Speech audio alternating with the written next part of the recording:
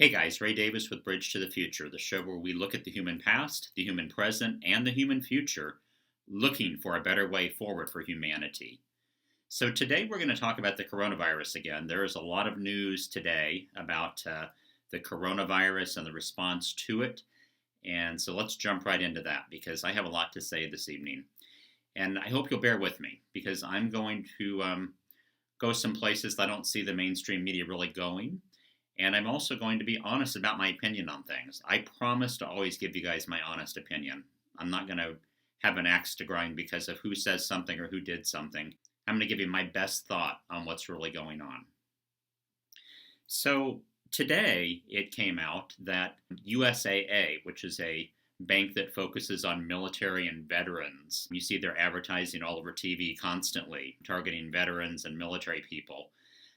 It came out that they were taking the stimulus checks that veterans and active duty service personnel were getting as part of the CARES stimulus package that Congress passed, and taking that money out of people's accounts to pay off overdrawn accounts and past due debts. Now, I'm certain that people that are struggling paycheck to paycheck, including our service people and many of our veterans, probably do have a deficit in their account right now. I'm sure they've had to pay bills and do other things over the last few weeks while they've been waiting for this stimulus package. And now they probably are overdrawn. But that $1,200 was to help people get through the crisis, to help them pay necessities, to help them buy food, to help them meet the needs that they have right now for them and their families. It was not designed for banks to come along and take that money from people. Now, this was called out in the media today. And USAA later came out and said they were going to reverse the policy and they would make sure that all the people who were affected by it were made whole. But here's my question. Why should we even have to have that conversation right now? Why should a multi-billion-dollar bank that targets veterans and military personnel have to be told that a $1,200 check that people got from the government to help them right now in this emergency was not there for the pillaging? I really don't understand why we have to have that conversation, but apparently we do, and USAA is not alone. A lot of banks have done that and have had to reverse that policy after they were caught or it was reported in the media. That's just not acceptable in a crisis. Secondly, today we learned that the small business loan program that was part of the same package that Congress passed, the $349 billion what they call Paycheck Protection Program, PPP, has run out of money. And it came to light today that many larger companies, because there was no limit on the size of company that could apply for this loan, that many larger companies got in line and got their loans first because they had existing relationships with some of the larger banks that were distributing this money. And now a lot of small businesses, a lot of mom and pop type shops, are still waiting, trying to keep their business afloat right now in this crisis. And now they have to go back to the drawing board and figure out what they're going to do. Well, today the Federal Reserve came out with something they're calling the Main Street Lending Program. And it's seen as a plan B for people who are not able to get the money from the CARES package that small businesses were promised by the government. And here's what that does. First of all, the minimum loan you can take on this program is $1 million, which immediately weeds out most very small businesses. They're not going to be able to get $1 million loan. Secondly, the interest rates are higher than they are on the PPP program. And remember, the PPP program guaranteed that the loans would be forgiven eventually if you maintained your payrolls during the crisis. The Main Street Lending Program that's being put out by the Federal Reserve right now does not guarantee that. Rates are variable rates, which means if rates start to go up, the business could be left holding the bag with higher rates on these loans, and they're paid back within 4 years. And there is no provision for people keeping people on their payroll to have the loan forgiven. This is a straight up loan from the Federal Reserve. Now, that's not what the people of the United States were promised by our government. That's not what small business owners out there trying to keep their restaurants and their small businesses afloat right now were promised. They were not promised, we're going to give big companies all the $349 billion, and we're going to give you the runaround until there's no money left in that program, and now we're going to give you a loan from the Federal Reserve at a variable interest rate. Again, why do we have to have this conversation? There's no reason that we should have to have this conversation. People needed help. Small businesses needed help. Multi-million dollar businesses are eligible to get money through the other part of the program, which was about 90% of the program that was passed by Congress anyway, that was designed to help big businesses and stimulate the economy by feeding the banks money so that they could loan out money to large companies. And yet, large companies honed in on some of the $349 billion that was allocated, less than 10% of the entire amount of the program that was allocated for small businesses. I don't understand why we have to have these conversations. This should not be happening right now. Those loans, that money was targeted to small businesses. People's money that they were given, the $1,200 plus the money for their kids that they were given, was to meet their immediate needs. It was not for debt collectors to hone in and take their money. It's just unacceptable what's going on right now, and it needs to stop. Now let's move on to the virus itself.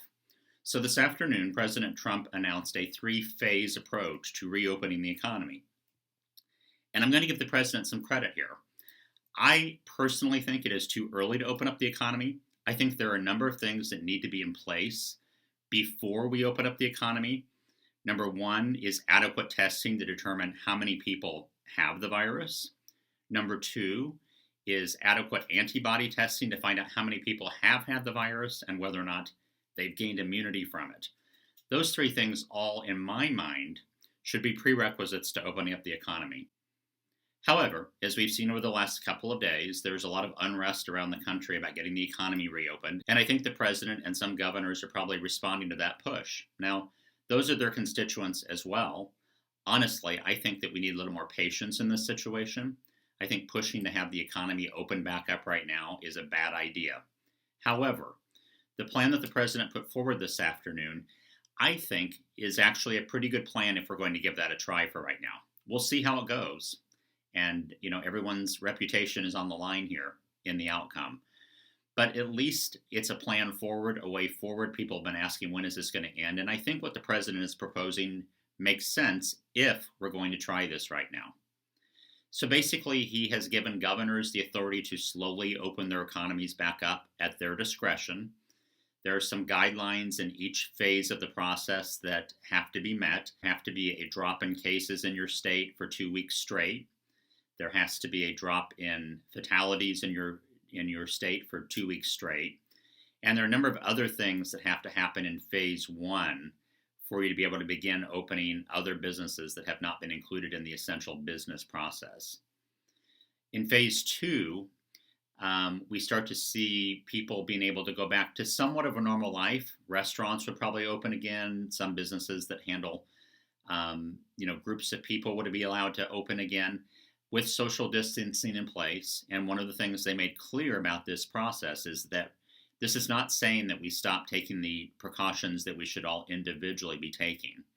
This is saying that we're going to try to open the economy back up, and we're still expecting people to be adults and be smart. So that probably means remaining 6 feet away from people at least, wearing masks, wearing gloves, and doing other things to make sure that you are not helping to spread the virus. There's also some language in the process that was announced today to try to protect people who have compromised immune systems and older people who continue to be seen as the ones at highest risk for this virus. However, folks, don't be listening to the news from a month ago. The truth is, young people, healthy people are also dying from this virus. So if you think you're immune, think again. That has not been what the numbers have shown. And the one place you do not want to wind up right now is a hospital. Because while the overall fatality rate of this virus may be low, compared to maybe some other pandemics in the past, although very high compared to the seasonal flu, the fatality rate if you wind up in a hospital, and especially on a ventilator, is really, really high right now. You don't want to wind up in that situation. So spreading this, or limiting the spread of this, is still very important as we roll out these steps. Phase 3 would be a more normal situation. Maybe we would see some of the types of events that have been canceled here recently maybe would happen, rather than not happen. So it'd be a slow process. It sounds like it's based on triggers for each state that they have to meet in order to do this. And again, I don't think that it is time yet to open up the economy, but if we're going to do this, I think what the president has put forward is fair and is probably the best plan we can have, and we'll see how it goes.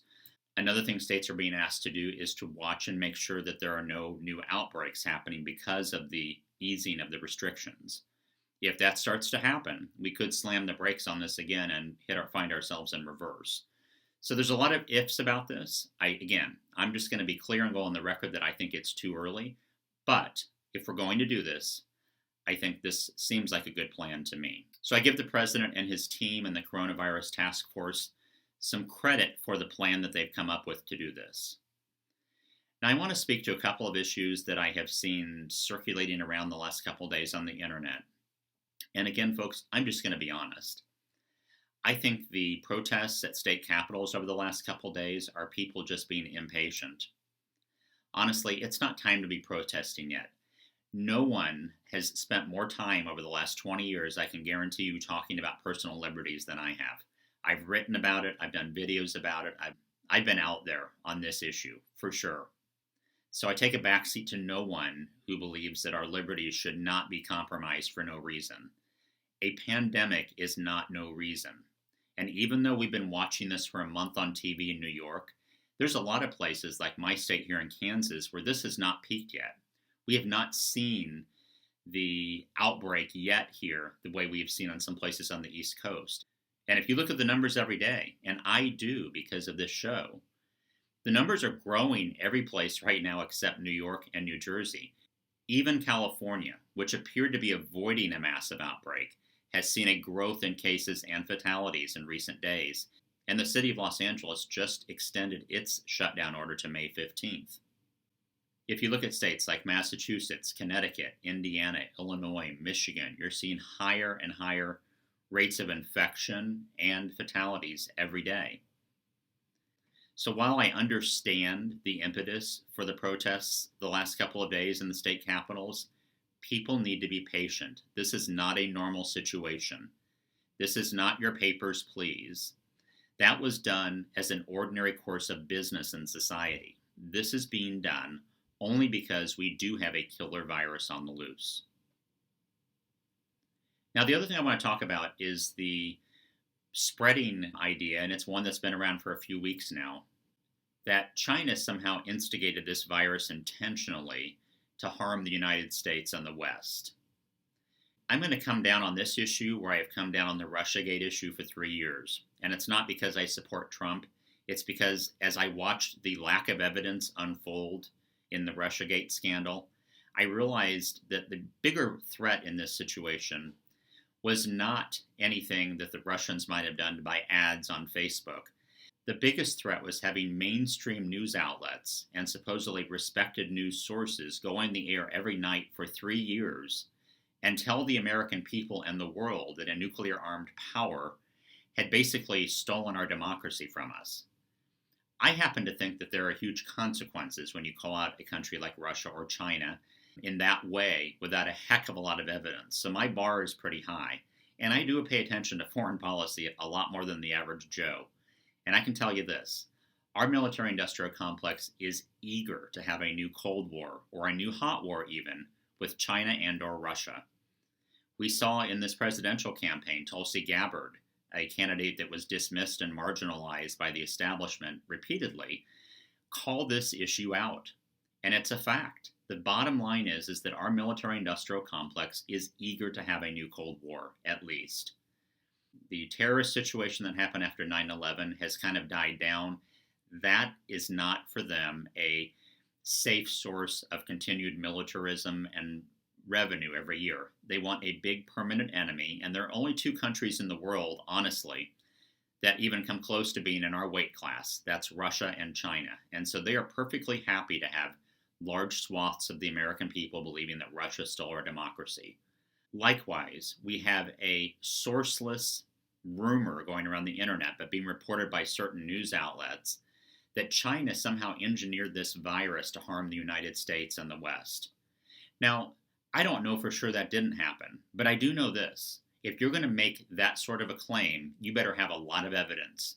Because again, you are accusing a nuclear-armed power of an act of war. That's what that is. As of today, we have 33,000 deaths in this country. If someone did this intentionally, it is an act of war. 33,000 deaths as of today, far more than 9/11, far more than many small wars we've been in, and probably in the next week or two we'll pass Vietnam in the number of fatalities. So this is a serious deal. Now, I have no love at all for the Chinese dictatorship, but I will tell you this. You better have a lot of evidence before you start spewing a story like that and putting this entire planet at risk by claiming that an act of war was committed by China against the United States. And for those of you who don't pay attention to the foreign press, the Chinese military is actually reversing that claim. They're claiming that the United States actually engineered this virus. Now, do you see this leads down a very dangerous road? The last thing the world needs right now, in the middle of this virus, is for the United States and China to be doing verbal battle, claiming that the other intentionally created this virus to harm the other. That's a very bad state of affairs for our world, and not one that benefits you or I. It does benefit the military-industrial complex, because they need that big permanent enemy. And if they keep putting out things like Russiagate and this story without facts, without evidence, then they're probably going to get that. And we will continue to spend $1 trillion or more every year on war, while, as we found out in this crisis, our country lacks basic needs to handle a pandemic. Not acceptable. Our priorities are messed up and we need to get them in line. And spreading theories about China specifically engineering this virus without a heck of a lot of evidence is a very dangerous game. I'm being a little harsher tonight than I normally am because I want people to really hear what I'm saying. This is an unusual situation that none of us have ever faced in our lifetime. We need to take a breath. We need to be patient. We need to stop spreading theories that could inflame world tensions. That is not needed right now. Not needed at all. So where do we go from here? Congress is currently arguing about a fourth stimulus package. And if I'm being completely honest, if they do anything, and that's still up in the air because there's a lot of debate as to whether or not Congress should do anything else at all. But here's my bottom line. The next stimulus package, if there is one, needs to be directed completely and quickly to people and small businesses. That's who's in need right now. Multi-billion dollar corporations are not as in need right now as the mom and pop shop and the average individual. Many other advanced countries around the world are ensuring employment through this crisis. Companies are not allowed to fire employees. They're only allowed to furlough them. Many employees are getting paid 80% of their income in some of these other countries, all through the crisis until the all clear is sounded. The United States needs to do that as well. We need to quit dealing through intermediaries like banks and other things, and we need to get help where it's needed. Now this, again, I have the same message for our government as I had in the previous discussion.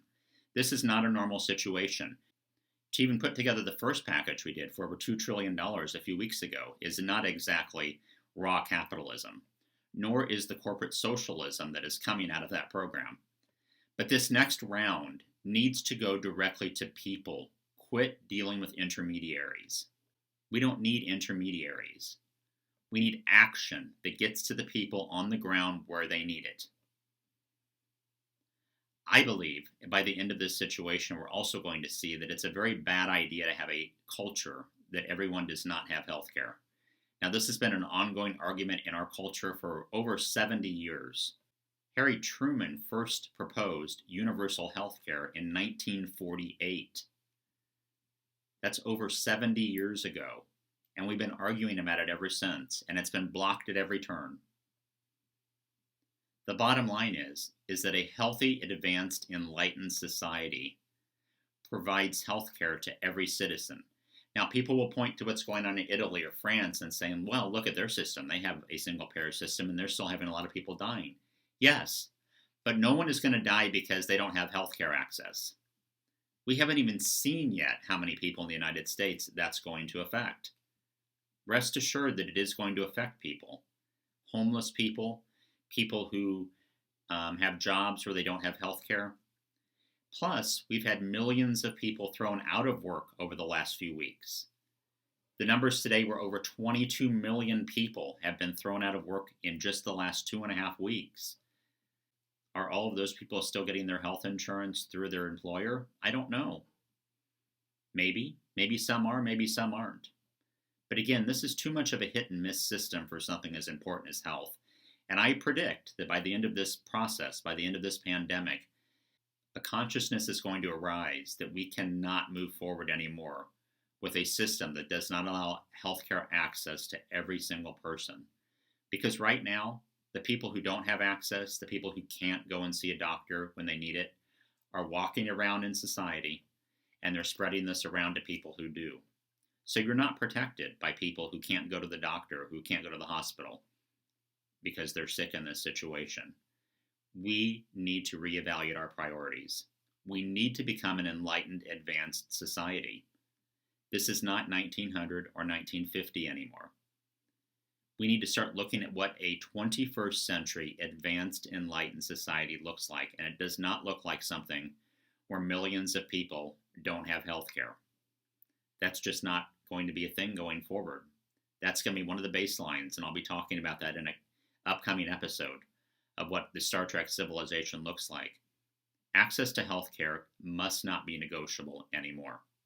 I want to end tonight with something positive because I covered a lot of negative stuff and I've been kind of hard in my analysis of it. But I think some of this needs some hard analysis. And it needs for us to search ourselves and our souls about what kind of a country we want to be. And our government needs to be more responsive to its people. I want you to close your eyes with me. Let's do a quick visualization to try to see something positive. So close your eyes, take a deep breath, let it out slowly, take another deep breath,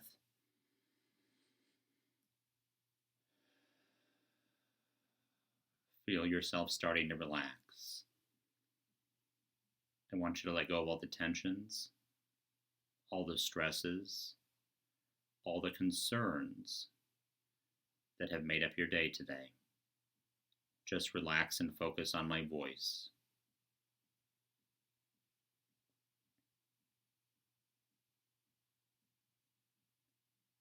I want you to see a future after this crisis, a future filled with opportunity, a future filled with freedom,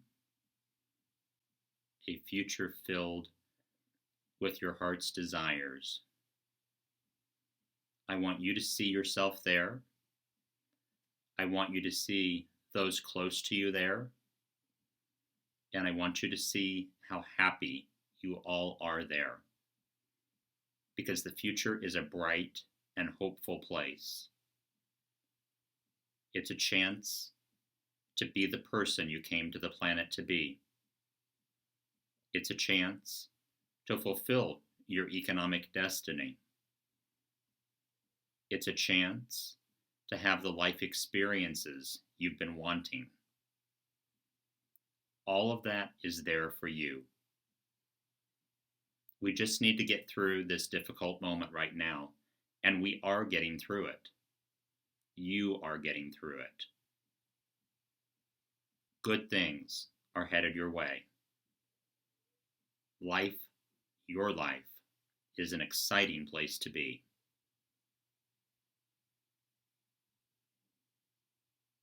Now take another deep breath.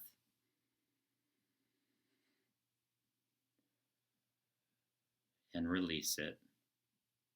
And slowly open your eyes. I want to thank you for joining me tonight. I hope these shows are ringing true to you. And I'm going to do my best to keep on bringing information as I see it to you. But information that doesn't just focus on the negative. It also focuses on what we can do together and what a positive future looks like for all of us. This is Ray Davis with Bridge to the Future. Everybody have a fantastic evening, and I will talk to you again soon.